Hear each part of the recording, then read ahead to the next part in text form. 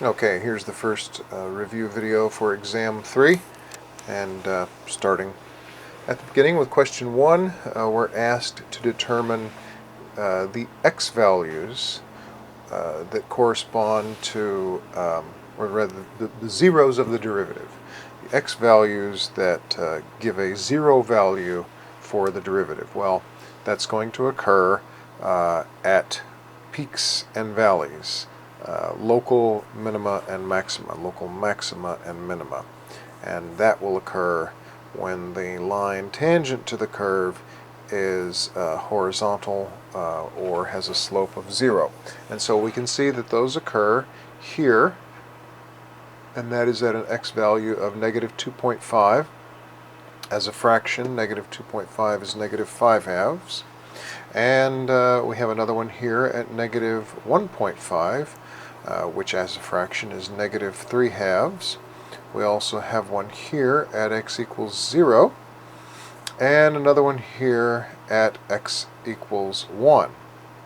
So those are the four values that give that correspond to, that give zero values, or values, function values of 0 of the derivative, not values of the actual function, but of the derivative.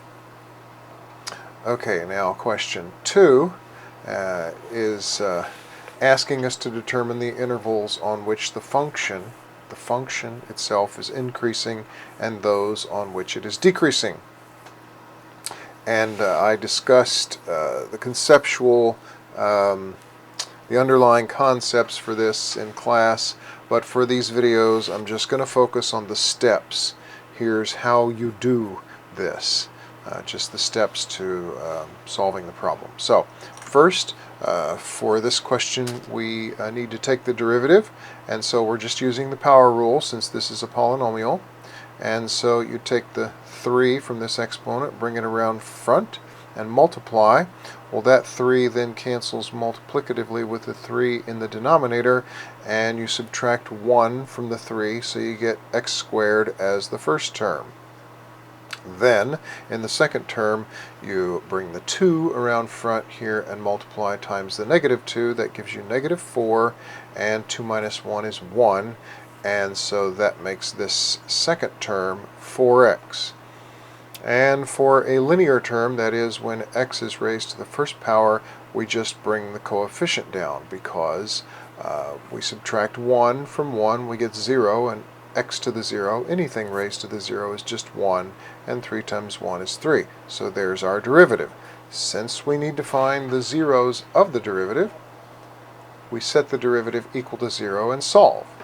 And this is very easy to factor. The function on the exam, the derivative on the exam, will be just as easy to factor. And so that factors as x minus 1 times x minus 3, and we can very easily see that 1 and 3 are the zeros, because 1 minus 1 is 0, 0 times anything is 0, 3 minus 3 is 0, and 0 times anything is 0. So those are the zeros. Those are also the critical values. You will have a blank number line on your exam, and you should mark on that number line those two critical values as sort of boundary points.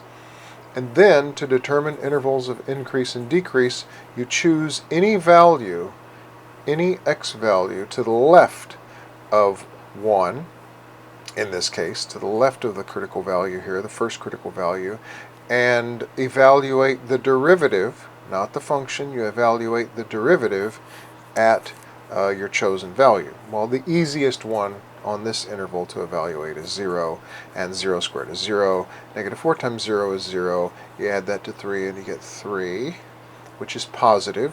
And so on this entire interval, from negative infinity all the way up to 1, but not including 1,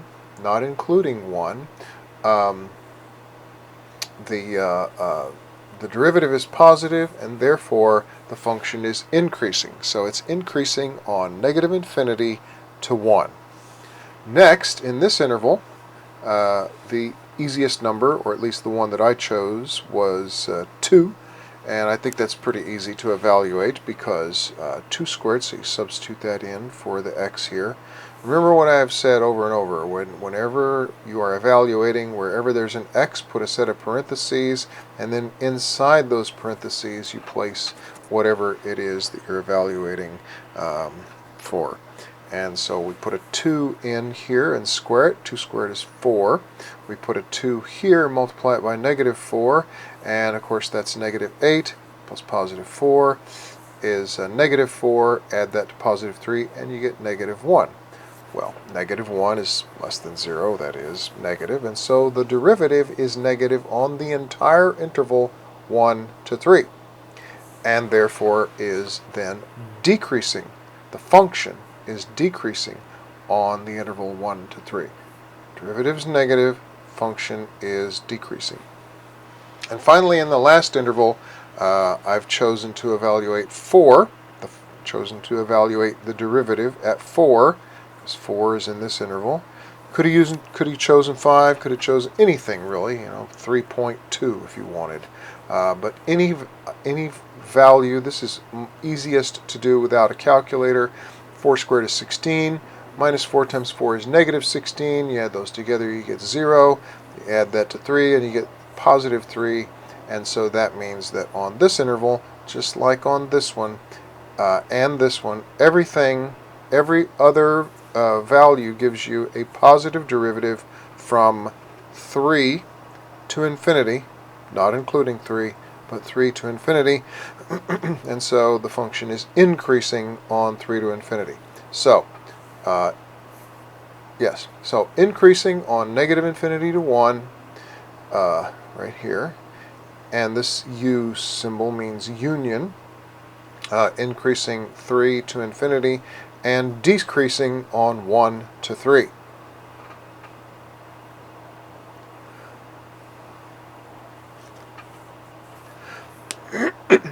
Excuse me. Alright, so for question 3, we use either the first derivative test or the second derivative test to locate any extrema, that is, minimums or maximums. The plural of minimum is minima, and the plural of maximum is maxima. So to do that, like I said, this is either the first derivative or the second derivative test. And because the first derivative changes from positive to negative at 1, then we know that the function has a local maximum there. And because it changes from negative to positive at 3, the function has a local minimum there. Now, I don't evaluate those here, but I believe that I ask that those be evaluated on the exam.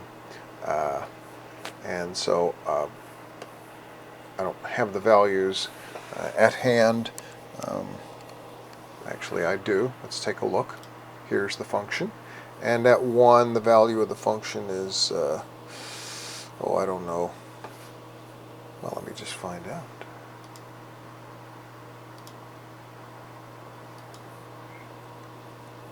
Alright, that's 1 1/3, which is 4/3, so the value of the function is 4/3. That is the local maximum, 4/3.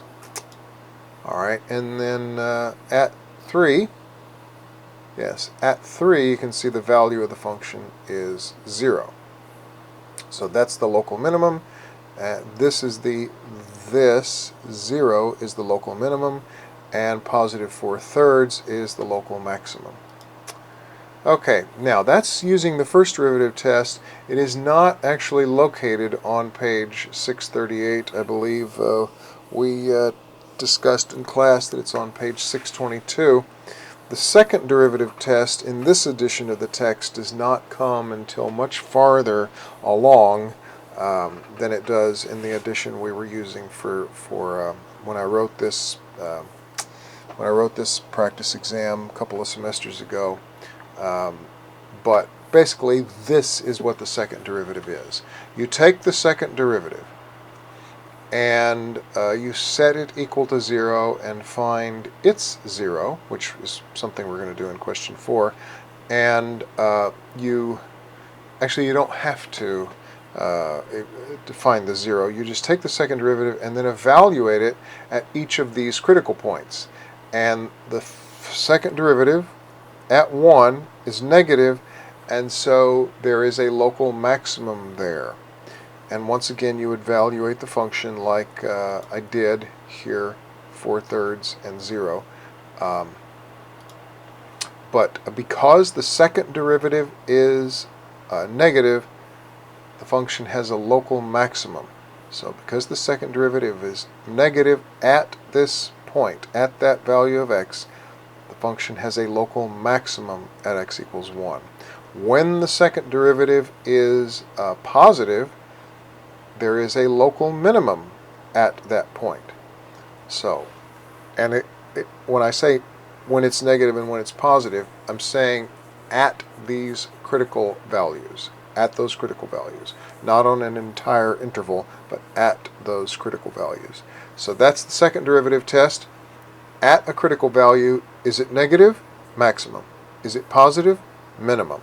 Okay, and then evaluating, we get 4/3 and 0. 4/3 for the maximum and 0 for the minimum. All right, now number 4 asks us to determine the intervals on which the function is concave up and the intervals on which it is concave down. And we want to locate all of the inflection points. Well, there's only one inflection point, as we will see.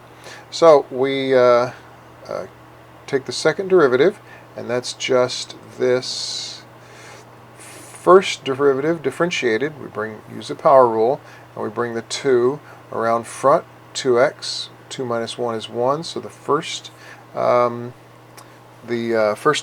of the second derivative is 2x, and then this is a linear term, so we bring the coefficient along. That's -4, and so that's how we see that the second derivative is 2x minus 4.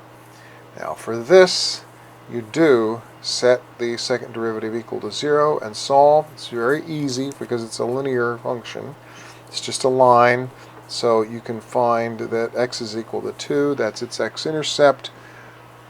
And then and because this is a line,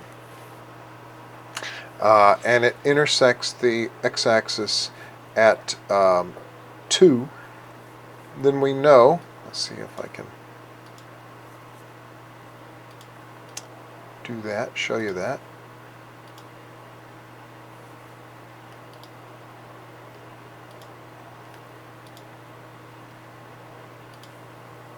So here it is, 2. Everywhere to the left of 2, this line is below the x-axis, and that means it's negative. The value of the second derivative, the y value, is negative from -infinity all the way up to 2. And it's above the line. All the values of the second derivative are above the line or positive from 2 just beyond 2 out to positive infinity. And so we have a boundary point, a critical point here at x equals 2, and it's just intuitive to know that because the slope is positive, meaning that the line slants up from left to right, the second derivative is negative from -infinity to this x-intercept and positive from this x-intercept to infinity. So it's concave down then from -infinity all the way to 2, because negative equals concave down, -infinity to 2, and since it's positive on 2 to infinity, positive means concave up, so it's concave up from 2 to infinity. That concavity changes right here at 2, and so the inflection point is 2 for the x and 2/3 for the y. And so to determine that, you substitute 2 into the function. Remember, we're locating a point on the function's graph, so you substitute 2 in for x, and 2 cubed is 8, so that's 8/3. 2 squared is 4. 2 times 4 is 8, -8. So 8/3 minus 8 plus 3 times 2, which is 6. And negative 8 plus 6 is negative 2. And negative 2 is negative 6/3. So 8/3 minus 6/3 is 2/3. And I don't have every single step to that solution here, but I think that if you take a few minutes, especially if you listen again to everything I just said about this arithmetic, then you should be able to see reasonably easily that the y value here is 2/3. Alright, now for question 5, we are going to use all the information gathered in questions 2 through 3. I think it's 2 through 3. It's not question 1. Question 1 is not included. 2 through 4, actually. This should be 2 through 4 to sketch a graph of this function. Now notice I have, in this part, for this question, I have shown you the factored form, so it's easy to see what the zeros are, the x-intercepts. And we can see that there is the function is 0 at x equals 0 and at x equals 3. And so we plot those points here, 0, 0, and 3, 0. So we plot those 2 points. Now we need to know other points. We found a local maximum at 4/3, and so of 4/3 at 1, sorry. So at x equals 1, we have a local maximum of 4/3, and at 1, or at 3, we had the local minimum. That's already plotted. And now the other point we need to plot that is not plotted here on this graph is the inflection point, and that's 2 and 2/3. Yep, 2 and 2/3. There it is. It's not plotted here. It is plotted here on this graph right there. And then you use the fact that the function increases from negative infinity to 1, so it increases up to this point, and then decreases from 1 to 3, and you know that at this point, 2 and 2/3, concavity changes. Now because this looks almost like a straight line coming through here, it's hard to see that that's exactly where the concavity changes, but that is where the concavity changes. Second derivative is negative on this interval, negative infinity to 2, so it curves down. Concavity is concave down, and from 2 to positive infinity it's concave up. So you don't have to exaggerate that in your sketch, but if you have that inflection point plotted and you don't turn the function up at all until you get here, then that will make a good graph for your answer.